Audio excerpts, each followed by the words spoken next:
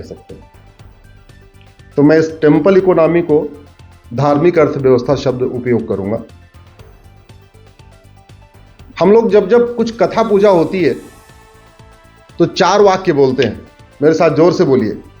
धर्म की अधर्म का प्राणियों में विश्व का। हमारे देश में 4 वर्ण थे, ब्राह्मण क्षत्रिय वैश्य शूद्र, और जब चारों काम करते थे तो एक ही लक्ष्य होता था काम करते समय कि जो मैं काम कर रहा हूं इससे धर्म की जय हो रही है या अधर्म का नाश हो रहा है, या इससे प्राणियों में सद्भावना हो रही है या मानव का कल्याण हो रहा है। अब अर्थव्यवस्था 2 तरीके की है, एक धार्मिक अर्थव्यवस्था, एक अधार्मिक अर्थव्यवस्था।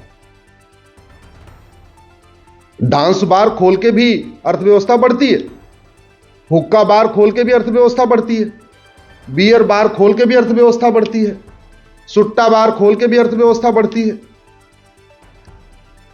अवैध असलहों के जरिए भी अर्थव्यवस्था बढ़ती है। बढ़ती है नहीं बढ़ती है? बढ़ती है। और अल्टीमेटली जो लोग अवैध असलहा बनाते हैं तो रोजगार उनको मिलता है कि नहीं? पैसा कमाते हैं कि नहीं? याद रखिएगा, धार्मिक अर्थव्यवस्था बढ़ेगी तो धर्म बढ़ेगा, अधार्मिक अर्थव्यवस्था बढ़ेगी तो अधर्म बढ़ेगा। अधार्मिक अर्थव्यवस्था बढ़ी तो दुर्योधन का ननिहाल गंधार देखते देखते कंधार हो गया। अधार्मिक अर्थव्यवस्था बढ़ी, राजा भरत का ननिहाल कैके देखते देखते पाकिस्तान हो गया। अधार्मिक अर्थव्यवस्था बढ़ी, ढाकेश्वरी मंदिर आज की डेट में कैसा बदहाल हो गया है, बांग्लादेश। अधार्मिक अर्थव्यवस्था बढ़ी तो कुछ दिन पहले मणिपुर में पलायन हुआ। मणिपुर में कौन सी अर्थव्यवस्था चल रही? जोर से बोलिए जरा। अधार्मिक, अफीम वाली अर्थव्यवस्था चल रही है ना, अधार्मिक अर्थव्यवस्था चल रही है। तो जहां जहां अधार्मिक अर्थव्यवस्था बढ़ेगी वहां वहां सनातन कमजोर होगा। जैसे जैसे धार्मिक अर्थव्यवस्था बढ़ेगी वैसे वैसे सनातन संस्कृति मजबूत होगी। और सनातन संस्कृति का मजबूत होना इसलिए आवश्यक है कि उसमें नारी तु नारायणी की कामना है, यत्र नारस्ति पूज्यते रमन्ते तत्र देवता की कामना है, सर्व मंगल मांगल्ये शिवे सर्वार्थ साधिके की कामना है, वसुधैव कुटुंबकम की कामना है, धर्म की जय हो की कामना है, अधर्म का नाश हो की कामना है, प्राणियों में सद्भावना हो की कामना है। हम लोग अपने आप को हिंदू कहते हैं, हम कभी नारा लगाते हैं क्या कि हिंदुओं की जय हो? लगाते हैं क्या? हम क्या कहते हैं? धर्म की जय हो। यानी वो किसी भी पंथ का मानने वाला हो, उसकी पूजा पद्धति कुछ भी हो, अगर वो धर्म के रास्ते पे चल रहा है तो उसकी जय होना चाहिए। हम कभी नहीं कहते गैर हिंदुओं का नाश हो, हम कहते अधर्म का नाश हो। यानी उसकी पूजा पद्धति कुछ भी हो, क्रिश्चियन हो, मुस्लिम हो, पारसी हो, कुछ भी हो, भारतीय पंथ मानता हो या विदेशी पंथ मानता हो, लेकिन अगर वो अधर्मी है तो उसका नाश होना चाहिए, और धार्मिक है तो उसकी जय होना चाहिए। हम कभी नहीं कहते हिंदू ब्रदरहुड, केवल हिंदुओं में ही सद्भावना हो, ऐसा कभी नहीं कहते। हम क्या कहते हैं? प्राणियों में सद्भावना हो। यानी पारसी, ईसाई, जैन, बौद्ध और बाकी तो छोड़ दीजिए, प्राणी का मतलब शेर, चीता सब आते हैं। हम कहते हैं सब में सद्भावना हो।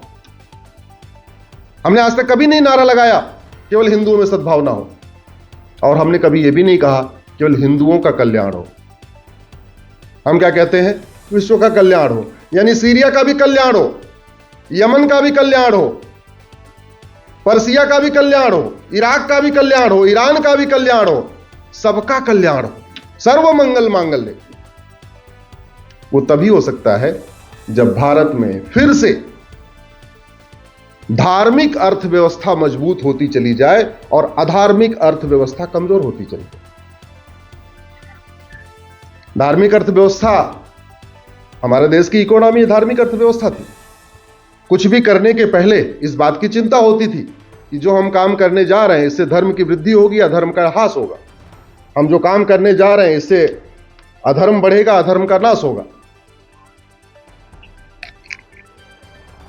लेकिन गुलामी का काल बड़ा लंबा चला। कासिम से शुरू हुआ, फिर बाबर, फिर औरंगजेब, हुमायूं, आते गए आते गए आते गए, कई जनरेशन हमारी उसमें निकल गई। फिर ब्रिटिश पीरियड आया, ईस्ट इंडिया कंपनी आई, तो एटलीस्ट 15 जनरेशन हमारी थी जो पूरी तरीके से जड़ों से दूर रही। इसके बावजूद हम आज हिंदू कहलाते हैं। इसलिए सबसे पहले हमें अपने पूर्वजों को नमन करना चाहिए, जिन्होंने सारी तकलीफें झेली, जजिया दिया, टैक्स दिया, डरते रहे, कई सारी कुप्रथाओं को अपना लिया, बाल विवाह शुरू कर दिया, रात्रि विवाह शुरू कर दिया, घूंघट प्रथा अपना लिया, सब कुछ कर लिया। इसके बावजूद हिंदू बने रहे। सबसे पहले हमें अपने पूर्वजों को नमन करना चाहिए, जिन्होंने आज हिंदू बनाए रखा, जिसके कारण मांग में सिंदूर है, गले में मंगलसूत्र है, हाथ में ही रक्षा है।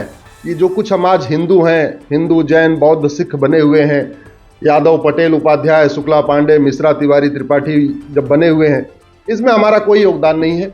इसमें योगदान छत्रपति शिवाजी महाराज का है, गुरु गोविंद सिंह का है और हमारे सारे पूर्वजों का है। इसमें बहुत बड़ा योगदान भामाशाह जी का है। इसमें बहुत बड़ा योगदान टोडरमल जी का है। आप कल्पना नहीं कर सकते कि भामाशाह जी ने अगर अपना खजाना नहीं खोला होता तो शायद आज हम हिंदू नहीं होते, लड़ाई नहीं कर पाए होते।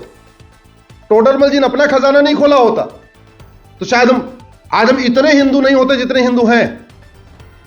तो जितना बड़ा योगदान छत्रपति शिवाजी महाराज का है, जितना बड़ा योगदान गुरु गोविंद सिंह का है, उतना ही बड़ा योगदान